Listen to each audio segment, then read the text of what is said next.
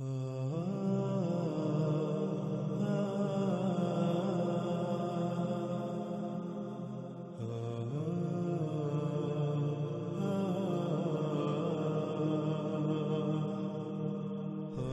گزشتہ ایک ساتھ میں نہ صرف اللہ کے کلام قرآن سے بلکہ محمد رسول اللہ صلی اللہ علیہ وآلہ وسلم کے الفاظ کی روشنی میں بھی دجال پر کھل کر بات ہو چکی۔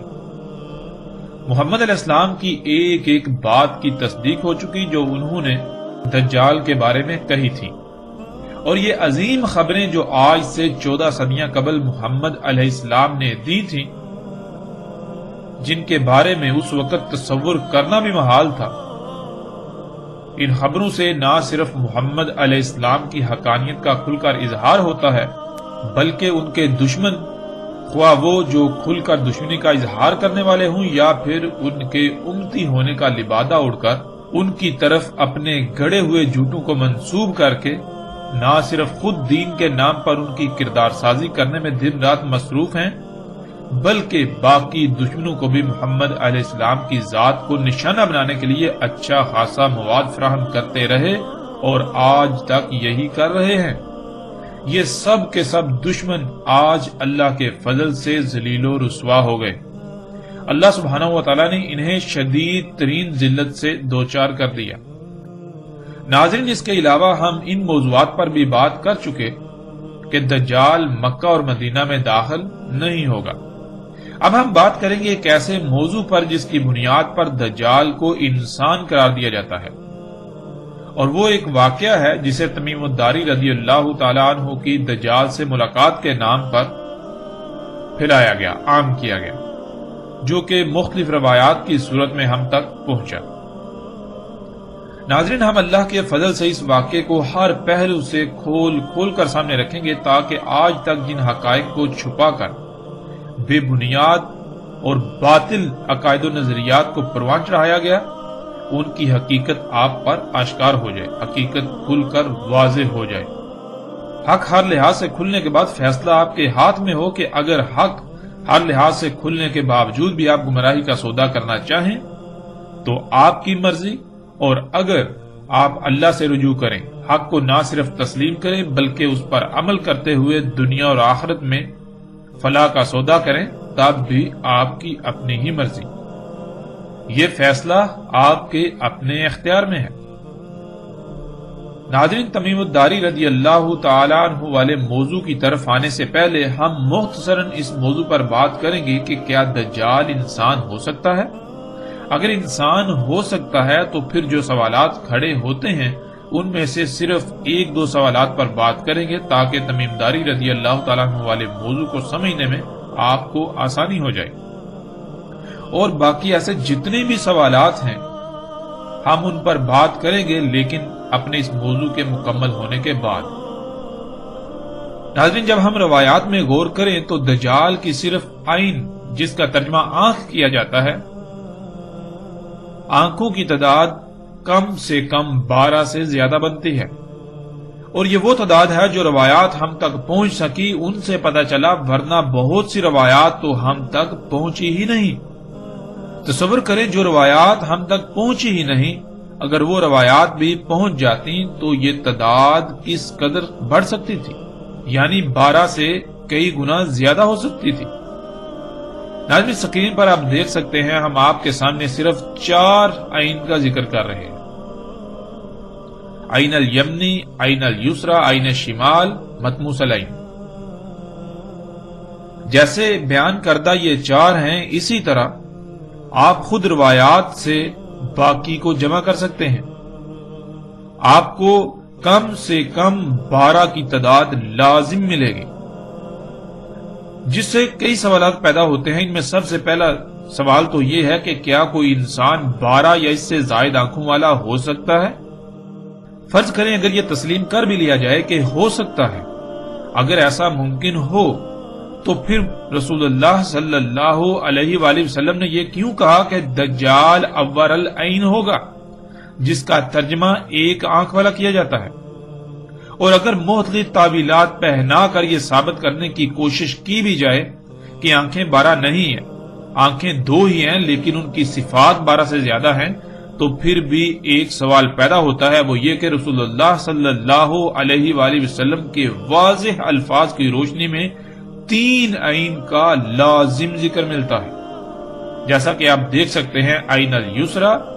عین الیمنی، عین الشمال۔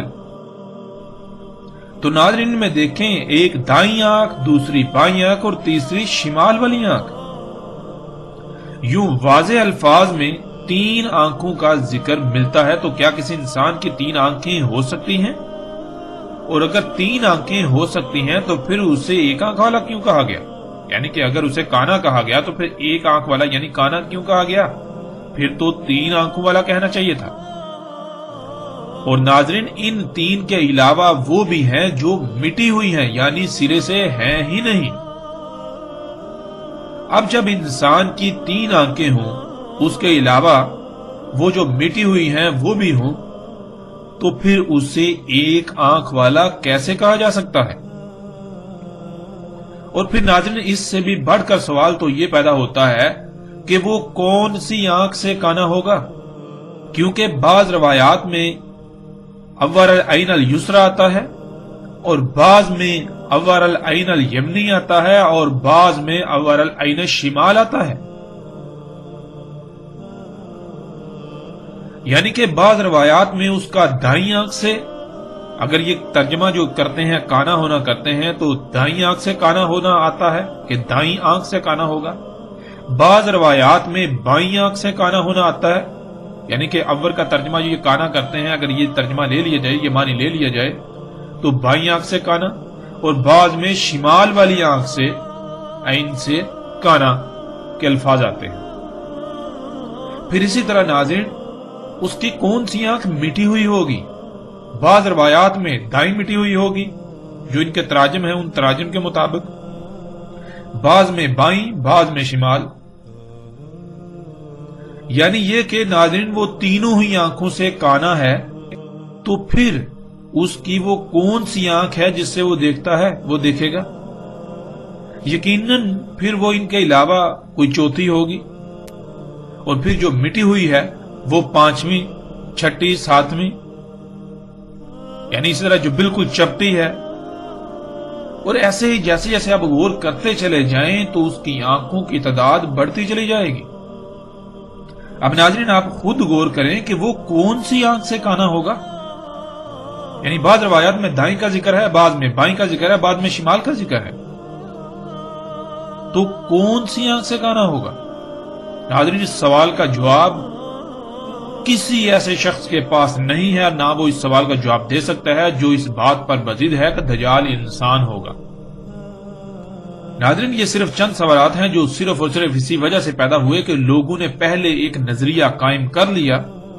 پھر اس نظریے کی بنیاد پر احادیث کو یعنی روایات کو توڑ مروڑ کر لوگوں کے سامنے پیش کیا جاتا رہا۔ اور ہر وہ شخص جو دجال کو ایک شخصیت، ایک انسان قرار دینے پر بضد ہے، وہ ان سوالات کے جوابات نہیں دے سکتا۔ اس کے علاوہ درجنوں نہیں سینکڑوں سوالات ہیں جن میں سے بعض پر ہم بات کریں گے، لیکن ہم اس موضوع کے بعد، یعنی کہ جب ہمارا یہ موضوع مکمل ہوگا تو اس کے بعد ہم ان سوالات کی طرف بھی آئیں گے۔ اب جب ناظرین ہم رسول اللہ صلی اللہ علیہ وآلہ وسلم کے الفاظ کو دیکھیں تو رسول اللہ صلی اللہ علیہ وآلہ وسلم نے کہیں بھی یہ نہیں کہا کہ دجال ایک آنکھ والا ہوگا، دجال بائیں آنکھ سے کانا ہوگا، دجال دائیں آنکھ سے کانا ہوگا یا شمال والی آنکھ سے کانا ہوگا، بلکہ رسول اللہ صلی اللہ علیہ وآلہ وسلم کے جو الفاظ ہمیں ملتے ہیں وہ یہ ہیں کہ الدجال اول العین الیسری، الدجال اول العین الیمنی، الدجال اول العین الشمال، اسی طرح باقی عین کا بھی ذکر ہے۔ اور ناظرین، اول کسے کہتے ہیں یہ ہم پچھلی ساتھ میں تفصیل کے ساتھ جان چکے۔ پھر عین کسے کہتے ہیں؟ عین آنکھ کو نہیں کہتے، عین تو کہتے ہیں دیکھنے کے آلے کو، جیسے یعنی کہ اللہ سبحانہ تعالیٰ نے اس بشر کو جو دیکھنے کا آلہ لگایا ہے جسے آپ آنکھ کہتے ہیں، تو جو صفات، جو خصوصیات اس آنکھ میں پائی جاتی ہیں، وہ خصوصیات و صفات جس شے میں بھی، جس آلے میں پائی جائیں گی، اس آلے کو، اس شے کو عین کہا جاتا ہے۔ ناظرین، کسی ایک بھی روایت میں یہ نہیں ہے کہ رسول اللہ صلی اللہ علیہ وآلہ وسلم نے یہ کہا ہو کہ دجال کی ایک آنکھ ہوگی، یہ سب کا سب آپ کو تراجم و تفاسیر میں ملے گا، عربی متن میں ایسا کچھ بھی نہیں ہے، اور ایسا آپ کو تراجم و تفاسیر میں اس لیے ملے گا کیونکہ لوگوں نے جو خود کو علماء کہلاتے رہے اور کہلاتے ہیں، انہوں نے دجال کے بارے میں پہلے ایک نظریہ قائم کیا، پھر اپنے اسی نظریے کو، اپنے اسی عقیدے کو روایات کی صورت میں پیش کیا،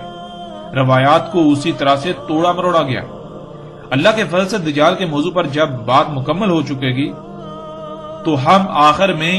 ان کے تراجم و تفاسیر کی بھی اچھی طرح سے پول کھولیں گے، آپ کے سامنے حقائق بالکل ہر لحاظ سے سامنے رکھیں گے۔ ناظرین، کسی بھی روایت میں یہ نہیں ہے کہ دجال کی ایک آنکھ ہے، پھر کبھی کہا جاتا ہے کہ وہ دائیں آنکھ سے کانا ہے، کبھی کہا جاتا ہے وہ بائیں آنکھ سے کانا ہے، کبھی کہا جاتا ہے شمال والی آنکھ سے کانا ہے، پھر اس طرح کبھی کہا جاتا ہے کہ دائیں والی جو آنکھ ہے اس سے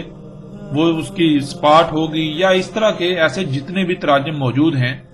کوئی ایک بھی ترجمہ عربی زبان کے اصولوں پر پورا نہیں اترتا، اس کا عربی متن کے ساتھ دور دور تک کوئی تعلق نہیں ہے۔ ہم بار بار پیچھے بیان کر چکے کہ عربی دنیا کی واحد ایسی زبان ہے جس کا ترجمہ دنیا کی کسی بھی زبان میں نہیں کیا جا سکتا، مگر صرف اور صرف معنی بیان کیے جا سکتے ہیں۔ آج معنی کے بجائے مفہوم کا لفظ استعمال کیا جاتا ہے اور معنی سے مراد ترجمہ لے لیا جاتا ہے، جو کہ بالکل غلط العام ہے۔ ناظرین، تمام کی تمام روایات میں کہا گیا کہ دجال ہی وہ شے ہے جو یک طرفہ دیکھنے کا آلہ ہے، اور وہ کوئی ایک آلہ نہیں ہے، بلکہ رسول اللہ صلی اللہ علیہ وآلہ وسلم نے اس کی تفصیلات بیان کر دی، جو الحمدللہ پیچھے گزشتہ ایک ساتھ میں گزر چکی۔ اور ناظرین، یہی وہ وجہ تھی جس وجہ سے رسول اللہ صلی اللہ علیہ وآلہ وسلم نے یہ کہا تھا کہ یہ ممکن ہی نہیں کہ دجال تمہاری عقلوں میں آ جائے،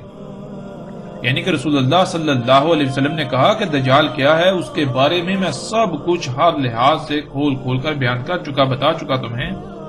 اس کے باوجود بھی یہ ممکن ہی نہیں ہے کہ وہ تمہاری عقلوں میں آ جائے، یعنی کہ دجال تمہاری عقلوں میں آئے گا ہی نہیں۔ اب ناظرین غور کریں کہ رسول اللہ صلی اللہ علیہ وآلہ وسلم ان لوگوں کو مخاطب کر رہے ہیں جن کی زندگی میں دجال نے آنا ہے، ان کو یہ کہہ رہے ہیں کہ تم دجال کو پہچان ہی نہیں سکو گے، دجال تمہاری عقلوں میں ہی نہیں آئے گا، کہ دجال کیا شے ہے وہ تمہاری عقلوں میں نہیں آئے گا۔ اب ناظرین، جن کی زندگی میں دجال نے آنا تھا، آنا ہے، جب ان کی عقل میں ہی دجال نہیں آئے گا، وہ دجال کو سمجھ ہی نہیں پائیں گے، الٹا اس کو مسیحا سمجھ لیں گے، تو ناظرین جن کی زندگی میں دجال نے آنا ہی نہیں تھا، جن کی زندگی میں دجال کا کوئی تصور تک بھی نہیں تھا، تو انہوں نے دجال کے پورے نقشے کیسے کھینچ ڈالے؟ ان کو یہ اختیار کس نے دیا؟ ان کے اوپر کیا وحی نازل ہوئی کہ دجال ایک شخصیت ہوگی؟ اس کا باقاعدہ ایک نقشہ جو ہے وہ ڈیزائن کر دیا۔ ناظرین، یہ کیسے ہو سکتا ہے؟ یعنی رسول اللہ صلی اللہ علیہ وآلہ وسلم ان لوگوں کے بارے میں کہتے ہیں جن کی زندگی میں دجال نکلے گا، کہ دجال ان لوگوں کی عقلوں میں نہیں آئے گا جن کی زندگی میں نکلے گا۔ اب ہوتا کیا ہے کہ جن آج سے پیچھے چلے جائیں 200-400 سال پہلے، 500 سال پہلے، 1000 سال پہلے، تو جن کی زندگی میں دجال کے بارے میں تصور کرنا بھی محال ہے، ان لوگوں نے جو اپنے آپ کو علماء کہلاتے رہے، انہوں نے دجال کا پورا ایک نقشہ کھینچ دیا، اور اکثریت آج تک اسی پر ڈٹی ہوئی ہے اور گمراہی کا شکار ہو رہی ہے اور گمراہی کا شکار ہوئی۔ ناظرین، اب آتے ہیں کہ دجال کو انسان کس بنیاد پر قرار دیا گیا، یعنی دجال کو انسان ثابت کرنے یا دجال کے انسان ہونے کے عقیدے کی وجہ کیا بنی؟ وہ کون سی روایت ہے جس کی بنیاد پر دجال کو ایک انسان قرار دیا گیا؟ بلکہ نہ صرف انسان قرار دیا گیا، بلکہ ایک معین شخصیت جو کہ ایک جزیرے پر قید ہے۔ یہ تاثر، یہ عقیدہ، یہ نظریہ پوری دنیا میں پھیلا دیا گیا۔ دجال کو انسان سمجھنے اور دجال کا انسان ہونے کا نظریہ ایک ایسی روایت بنی جس میں ایک صحابی رضی اللہ تعالی عنہ کا واقعہ مذکور ہے۔ ناظرین، یہ ایک ہی واقعہ ہے، لیکن مختلف راویوں سے بیان ہونے کی وجہ سے یہ مختلف روایات کی صورت میں ہم تک پہنچتا ہے، اور پھر مختلف راویوں سے بیان ہونے کی وجہ سے روایات میں ایسی خامیاں موجود ہیں، اس واقعے کے اندر ایسی خامیاں اور ایسے تضادات موجود ہیں جن کی وجہ سے تحقیق کرنے والوں نے ایسی تمام روایات کا سرے سے نہ صرف انکار کر دیا بلکہ انہیں من گڑت قرار دیا۔ اور بلا شک و شبہ اگر کوئی انسان، کوئی شخص غیر جانبدارانہ تحقیق کرے تو اسے من گڑت ہی قرار دے گا، مگر اس کے باوجود وہ تمام لوگ جنہوں نے دجال کو ایک انسان قرار دیا وہ اسے صحیح قرار دیتے ہیں۔ صحیح قرار دینے کی وجہ ہی یہی ہے کہ ان کے پاس دجال کو انسان قرار دینے کی واحد یہی ایک دلیل ہے۔ اگر وہ بھی اس کو من گڑت قرار دیں تو ان کے دجال کے بارے میں تمام تر عقائد و نظریات کی عمارت زمین بوس ہو جاتی ہے، جس کی وجہ سے وہ اپنی ضد پر ڈٹے ہوئے ہیں اور وہ اسے من گڑت قرار دینے کو تیار ہی نہیں ہے۔ ناظرین، اس روایت پر اعتراضات کرنے والوں نے جو سوالات اٹھائے وہ حقیقتاً ایسے ہیں کہ ان کا جواب دینا اس وقت تک ناممکن ہو جاتا ہے جب تک کہ آپ اس بات پر بضد رہیں یا بضد رہا جائے کہ اس روایت کا ایک ایک لفظ صحیح ہے۔ لیکن اگر یہ تسلیم کر لیا جائے کہ روایت میں ایسی کمزوریاں اور خامیاں تو موجود ہیں، مگر اس کے باوجود جو واقعہ ان روایات میں بیان ہوا ہے اس میں کسی حد تک صداقت ضرور موجود ہے، تو اس صورت میں اس روایت پر اٹھنے والے تمام تر اعتراضات کے تسلی بخش جوابات دیے جا سکتے ہیں۔ ناظرین، اعتراضات اٹھانے والا فریق چاہتا ہی یہی ہے کہ اس روایت کو یا اس میں جو واقعہ بیان ہوا ہے اس کو صحیح ماننے والے یہ بات تسلیم کریں کہ اس میں یا ان روایات میں ایسی کمزوریاں، خامیاں موجود ہیں، تو اس کے بعد اس روایت کے صحیح ہونے کی بنیاد ہی ختم ہو جائے گی اور ساری بحث ہی ختم ہو جائے گی، اور اسی خوف سے اس روایت کو صحیح ماننے والے اس بات کو تسلیم کرنے کو تیار ہی نہیں کہ روایت میں خامیاں اور کمزوریاں موجود ہیں، کیونکہ اگر وہ اس بات کو مان لیں تو ان کے پاس اس روایت کو صحیح ثابت کرنے کے لیے کوئی دلیل باقی نہیں رہے گی۔ یوں ان کے دجال کے بارے میں یہ عقائد زمین بوس ہو جاتے ہیں کہ دجال ایک انسان ہے، اور یہی وہ نہیں چاہتے کہ ایسا ہو، اور ایسے تمام کے تمام لوگ، خواہ ان کا کسی بھی فرقے سے تعلق ہو، وہ روایات کے ایسے تراجم و تشریحات کرتے ہیں جن سے نہ صرف روایت کے اصل متن میں پیدا ہونے والے تمام تر سوالات غائب کر دیے جاتے ہیں، بلکہ دجال کو انسان ثابت کرنے والے اپنے نظریات کو ایک مضبوط بنیاد فراہم کرتے ہیں جو محض ترجمے کی حد تک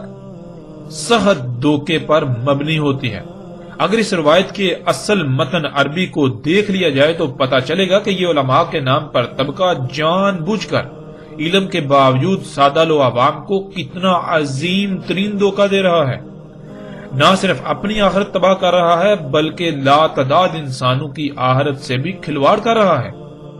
اور ناظرین، عوام بھی آنکھیں بند کر کے ان کے تراجم و تفاسیر و تشریحات پر ایسے ایمان لے آتی ہے اور لا رہی ہے جیسے کہ یہ اللہ کے مابعوث کیے گئے انبیاء ہوں، اللہ کے رسول ہوں۔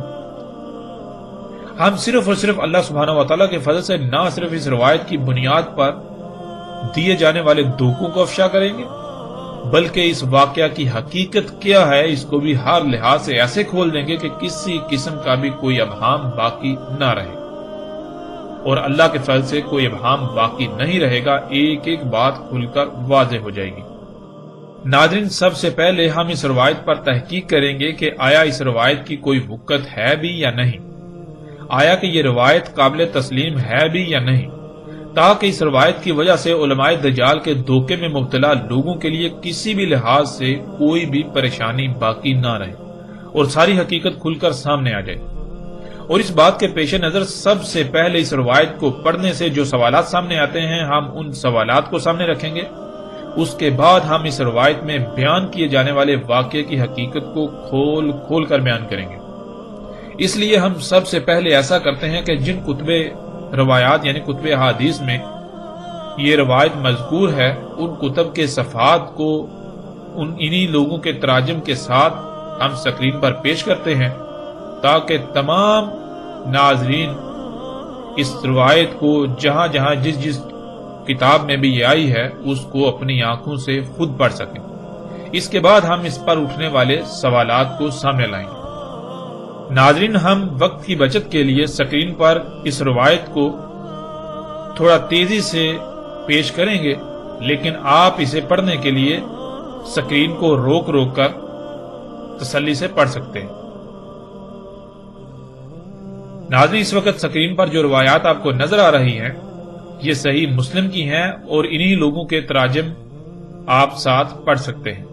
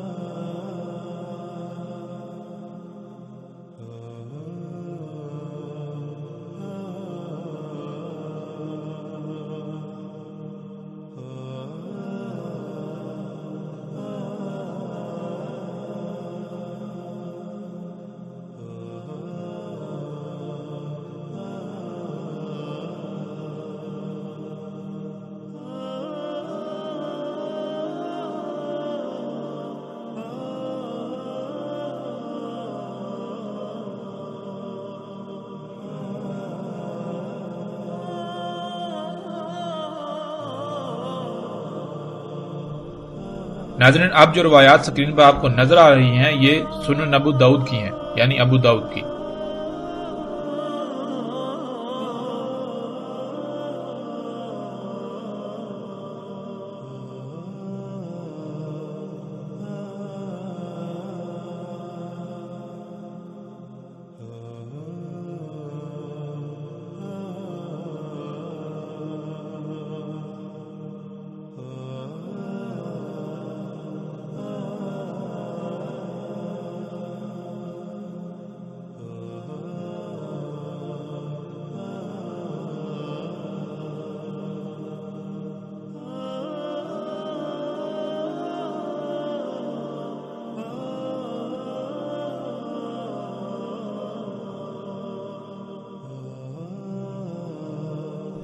اب جو روایات آپ کو سکرین پر نظر آ رہی ہیں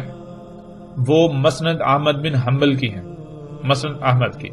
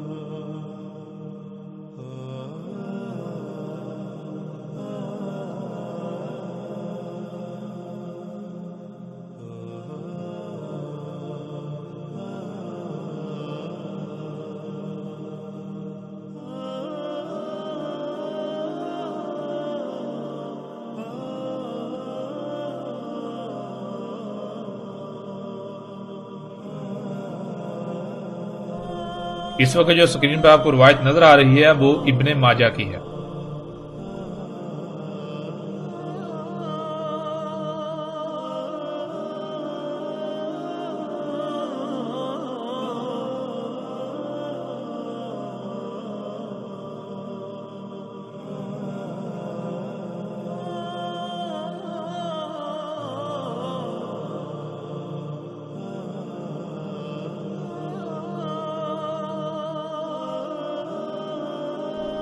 ناظرین، ان روایات کو آپ خود پڑھ چکے، اب ان روایات میں پیدا ہونے والے سوالات کو ہم سامنے لائیں گے۔ ان میں سب سے پہلا سوال ہے سوال نمبر 1۔ آپ نے خود پڑھ لیا کہ ایک مقام پر مذکور ہے کہ فاطمہ بنت قیس کہتی ہیں کہ وہ بیوہ ہو گئی اور عدت گزاری، جیسا کہ سکرین پر آپ کو مسلم کی روایت کا متن نظر آ رہا ہے۔ اور ناظرین جیسے ہی ہم آگے بڑھیں تو دوسرے مقام پر بیوہ کی بجائے طلاق کا ذکر ہے کہ طلاق کے بعد عدت گزار رہی تھی، جیسا کہ سکرین پر آپ کو روایت کا متن نظر آ رہا ہے۔ ناظرین اب سوال یہ پیدا ہوتا ہے کہ آیا ان میں سے کون سی بات ٹھیک ہے؟ یہ ایک ایسا تضاد ہے جو اس روایت کی صحت کو مشکوک بنا دیتا ہے۔ اس سوال کا جواب دینے کے لیے اسماء اور رجال پر تحقیق کرنے والوں نے یہ ثابت کیا کہ فاطمہ بنت قیس بیوہ نہیں تھی، بلکہ وہ اس وقت مطلقہ تھی، یعنی طلاق یافتہ تھی، ان کو طلاق ہوئی تھی۔ وہ عبداللہ بن عمر بن عثمان کے نکاح میں تھی اور انہوں نے طلاق دی تھی۔ اس پر مسند احمد میں کئی روایات موجود ہیں کہ انہیں طلاق ہوئی تھی۔ روایت کی صحت کو بچانے کے لیے اس مسئلے کا حل تو نکال لیا گیا، لیکن اس حال نے ناقابل حل سوال کو جنم دے دیا، وہ یہ کہ روایت کے مطابق عدت گزارنے سے پہلے ہی ان کی طرف کئی اصحاب رسول کی طرف سے نکاح کا پیغام بھیجا گیا۔ اب سوال یہ پیدا ہوتا ہے کہ کیا اصحاب رسول کو اتنا بھی علم نہ تھا کہ اللہ سبحانہ وتعالی یہ آیات نازل کر چکے ہیں کہ طلاق یافتہ عورت کی عدت پوری ہونے سے پہلے اس کی طرف نکاح کا پیغام نہیں بھیجا جا سکتا، کیونکہ اللہ سبحانہ وتعالی نے دوران عدت دوبارہ رجوع کی گنجائش رکھی ہے۔ اب یہ کیسے مان لیا جائے کہ اصحاب رسول نے ایک طلاق یافتہ عورت جو ابھی عدت میں ہے اس کی طرف نکاح کا پیغام بھیج رہے ہیں؟ کیا رسول اللہ صلی اللہ علیہ وآلہ وسلم کے اصحاب کو اتنا بھی علم نہ تھا؟ اور اس بات کو تو چھوڑیے، روایت میں تو محمد رسول اللہ صلی اللہ علیہ وآلہ وسلم کی ذات پر بھی بہتان عظیم باندھا جا رہا ہے کہ خود محمد رسول اللہ صلی اللہ علیہ وآلہ وسلم نے بھی اسامہ بن زید کے لیے نکاح کا پیغام بھجوا دیا، حالانکہ متعلقہ نے اپنی عدت بھی پوری نہیں کی۔ کیا محمد رسول اللہ صلی اللہ علیہ وآلہ وسلم اللہ کے نبی ایسا کر سکتے ہیں کہ ایک متعلقہ عورت جس کی ابھی عدت بھی پوری نہیں ہوئی، ابھی وہ دوبارہ رجوع کر سکتے ہیں، تو اس کی طرف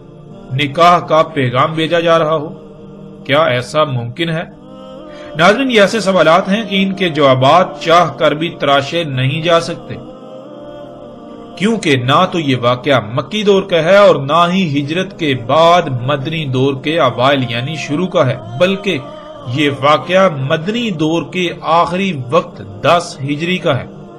اگر تو مکی دور کی بات ہوتی تو کئی جواز پیش کیے جا سکتے تھے، حالانکہ مکی دور میں بھی ایک نبی ہرگز ایسا نہیں کر سکتا تھا،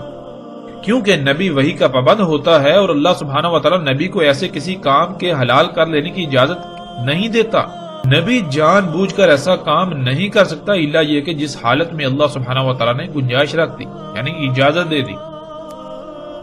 ناظرین اس واقعہ کے علاوہ ایسی مسند احمد سمیت بعض کتب میں روایات موجود ہیں جن میں یہ واضح ہے کہ ان کی طرف نکاح کا پیغام عدت گزرنے کے بعد بھیجا گیا، لیکن ان روایات کا اس واقعہ والی روایت سے تعلق ہی نہیں ہے، جس سے اس واقعہ والی روایت کی صحت مزید مشکوک اور کمزور ہو جاتی ہے۔ سوال نمبر 2، مسلم کی روایت میں دیکھیں کہ شبی کہتے ہیں کہ وہ فاطمہ بنت قیس سے پوچھنے گئے کہ متعلقہ عورت عدت کہاں گزارے، جیسا کہ سکرین پر آپ کو روایت کا عکس نظر آ رہا ہے۔ ناظرین اب سوال یہ پیدا ہوتا ہے کہ جب شبی مدینہ آئے ہی تھے اور ان کا سوال تھا تو انہوں نے اس سوال کے جواب کے لیے فاطمہ بنت قیس کے پاس جانا ہی کیوں مناسب سمجھا؟ کیا امہات المومنین مدینہ میں موجود نہیں تھی؟ کیا خلیفہ موجود نہیں تھے؟ یا کوئی ایسا مرد موجود نہیں تھا جو ان کے اس سوال کا جواب دے سکتا تھا؟ اور پھر ناظرین اس سے بھی بڑا سوال تو یہ پیدا ہوتا ہے کہ اس روایت سے تو یہ بات ثابت ہوتی ہے کہ نعوذ باللہ ثم نعوذ باللہ اصحاب رسول قرآن سے ہی ناواقف تھے۔ کیا اللہ سبحانہ وتعالی نے قرآن میں متعلقہ کی عدت گزارنے کی صراحت کے ساتھ وضاحت نہیں کر دی؟ کیا قرآن میں آیات موجود نہ تھیں جو وہ قرآن کو چھوڑ کر فاطمہ بنت قیس کے ہاں جا پہنچے؟ اس سے تو بالکل ثابت ہوتا ہے کہ یہ کہانی کسی اسلام دشمن یہودی کی گڑی ہوئی ہے جس نے جان بوجھ کر اصحاب رسول کے کردار کو مشکوک بنانا چاہا اور اس واقعہ کو فاطمہ بنت قیس سے منسوب کر دیا، اور خود کو امت مسلمہ کہلانے والوں نے خود کو فرقوں میں تقسیم کر کے اپنے اپنے فرقے اور اس کے نظریات کو سچا ثابت کرنے کے لیے ایسی روایات کو بطور دلائل استعمال کرنا شروع کر دیا۔ اب ناظرین آتے ہیں اگلے سوال کی طرف۔ سوال نمبر 3، اس روایت کے تمام مقامات کو سامنے رکھیں تو جو تضادات سامنے آتے ہیں وہ آپ کے سامنے ہیں۔ ایک مقام پر مذکور ہے کہ یہ واقعہ تمیم داری رضی اللہ تعالیٰ عنہ کے ساتھ پیش آیا۔ وہ بذات خود سمندری جہاز میں سوار تھے، جیسا کہ سکرین پر روایات کے عکس میں آپ دیکھ سکتے ہیں۔ پھر ناظرین دوسرے مقام پر تمیم داری رضی اللہ تعالیٰ عنہ کی بجائے ان کے چچا زاد کا ذکر ہے کہ یہ واقعہ تمیم داری کے ساتھ پیش نہیں آیا بلکہ ان کے چچا زاد کے ساتھ پیش آیا، اور اس کو بھی آپ سکرین پر دیکھ سکتے ہیں۔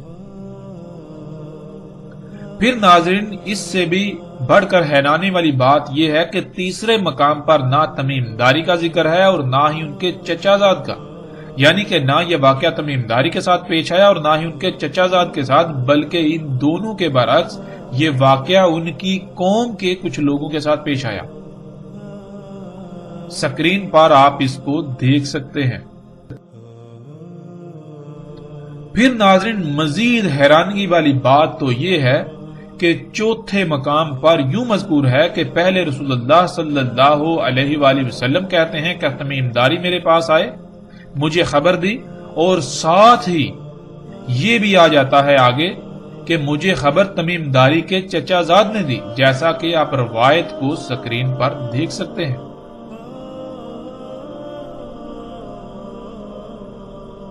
ناظرین اب سوال یہ پیدا ہوتا ہے کہ آیا تمیم داری رضی اللہ تعالیٰ نے خبر دی یا پھر ان کے چچا زاد نے؟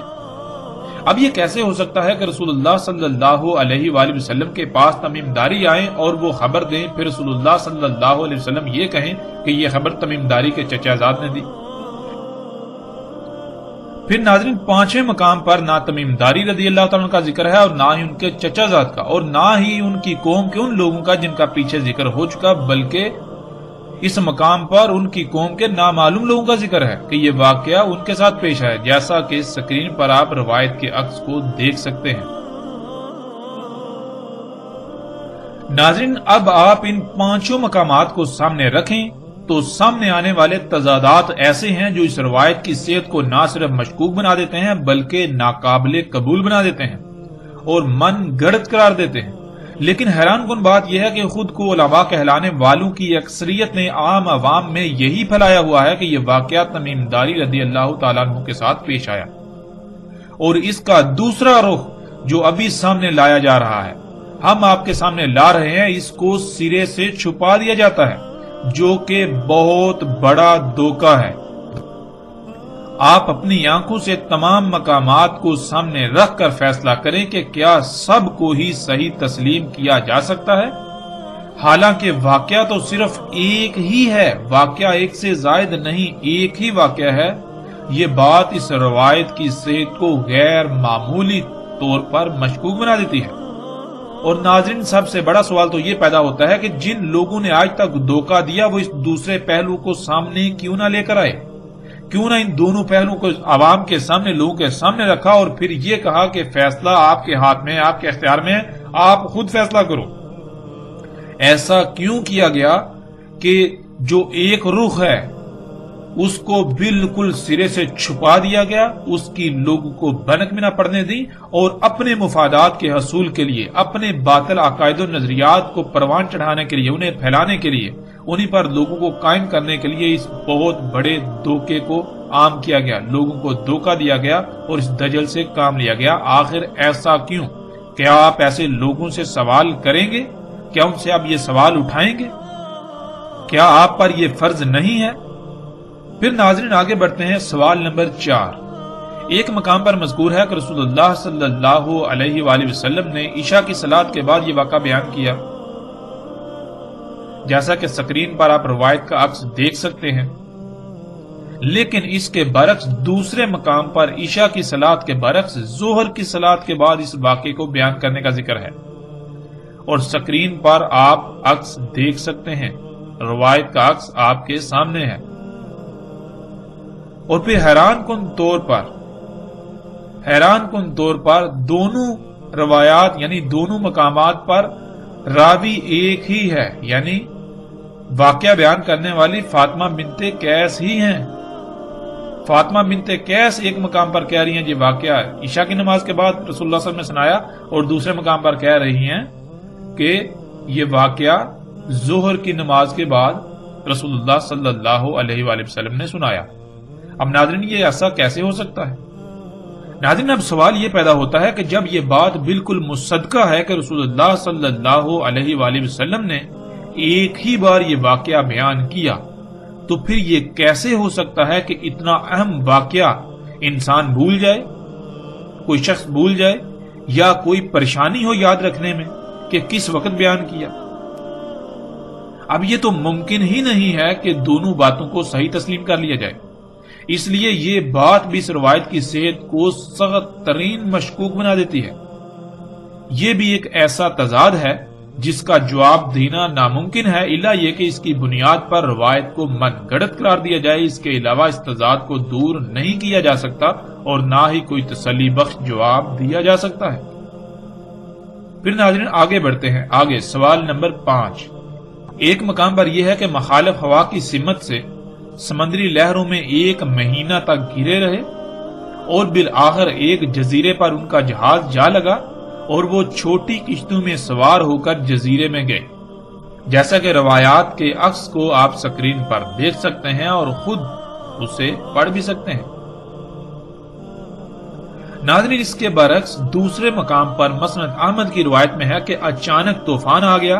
اور ان کا جہاز ایک جزیرے پر جا لگا، جیسا کہ سکرین پر آپ کو روایت کا عکس نظر آ رہا ہے۔ ناظرین اس کے برعکس تیسرے مقام پر یہ مذکور ہے کہ جہاز میں سوار لوگوں کا کھانا ختم ہو گیا اور وہ کھانے کی تلاش میں خود جزیرے پر گئے، اور اسے بھی سکرین پر آپ دیکھ سکتے ہیں۔ اور پھر ناظرین انتہائی حیران کن طور پر چوتھے مقام پر ان تینوں کے برعکس پانی کا ذکر ملتا ہے کہ پانی ختم ہو گیا اور پانی کی تلاش میں جزیرے میں گئے، سکرین پر آپ دیکھ سکتے ہیں۔ پھر ناظرین چھٹے مقام پر یہ مذکور ہے، یعنی کہ پہلے 5 مقامات کی نفی کرتے ہوئے، پہلی 5 باتوں کی نفی کرتے ہوئے چھٹے مقام پر یہ مذکور ہے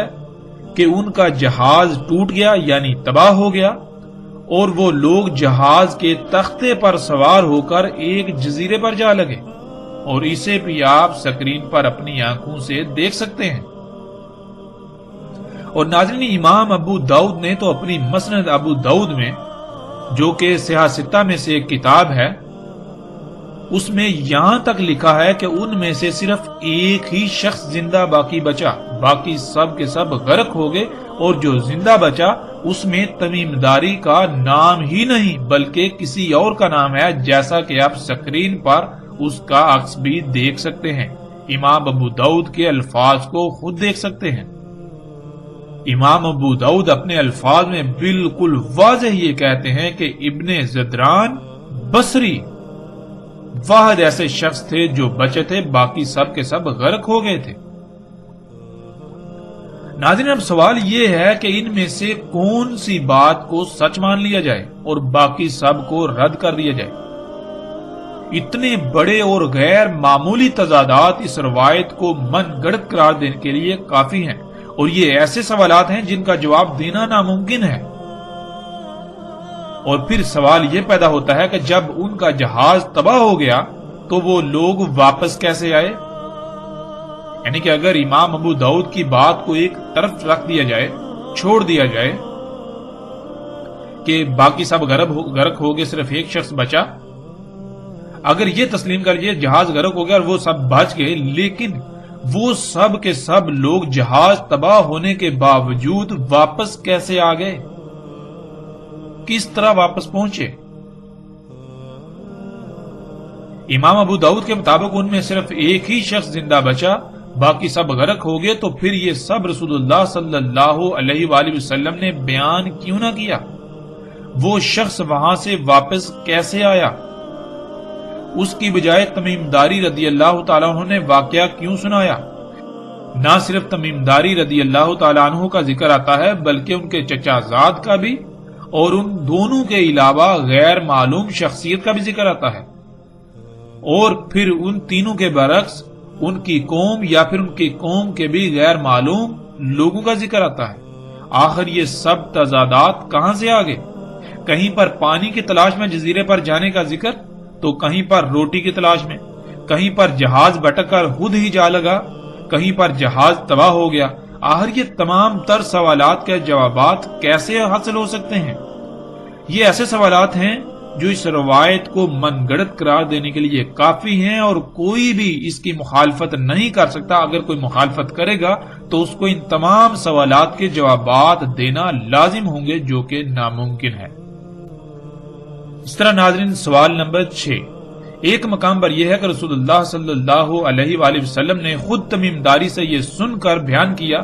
لیکن دوسرے مقام پر اس کے برعکس یہ مذکور ہے کہ رسول اللہ صلی اللہ علیہ وآلہ وسلم نے تمیم داری رضی اللہ تعالیٰ عنہ کو سامنے نکالا اور تمیم داری نے یہ واقعہ لوگوں کے سامنے بیان کیا، جیسا کہ آپ سکرین پر روایات کے عکس کو دیکھ سکتے ہیں۔ ناظرین، اب یہاں سوال یہ پیدا ہوتا ہے کہ ان میں سے کس بات کو صحیح تسلیم کیا جائے؟ اگر دونوں میں سے ایک کا رد کیا جائے تو اس کی بنیاد کیا ہوگی؟ یہ کیسے ثابت ہوگا کہ جسے رد کیا جا رہا ہے، جسے ترک کیا جا رہا ہے وہی غلط ہے اور جو بات لی جا رہی ہے وہی ٹھیک ہے؟ یہ بھی تو ہو سکتا ہے کہ دونوں ہی غلط ہوں۔ یہ سوال بھی اس روایت کی صحت کو مشکوک اور ناقابل اعتماد بنا دیتا ہے۔ اب ناظرین بڑھتے ہیں اگلے سوال کی طرف۔ سوال نمبر 7 روایات میں مذکور ہے کہ جساسہ سے ملاقات ہوئی اور یہ کہا جاتا ہے کہ وہ ایک جانور تھا، تو یہاں سوال یہ پیدا ہوتا ہے کہ کہیں اسے جانور لکھا اور کہا جاتا ہے، اور کہیں پر یہ کہا جاتا ہے کہ وہ ایک عورت تھی جس پر اتنی کثرت سے بال تھے کہ اس کے اگلے اور پچھلے حصے کا پتہ ہی نہیں چلتا تھا، جیسا کہ سکرین پر روایات کو آپ دیکھ سکتے ہیں، خود پڑھ سکتے ہیں۔ تو ناظرین، کیا وہ جانور تھا یا ایک عورت؟ اگر جانور تھا تو اس جانور نے ان سے کس زبان میں بات کی اور کیسے بات کی؟ وہ لوگ عرب تھے تو ظاہر ہے ان کی زبان عربی تھی،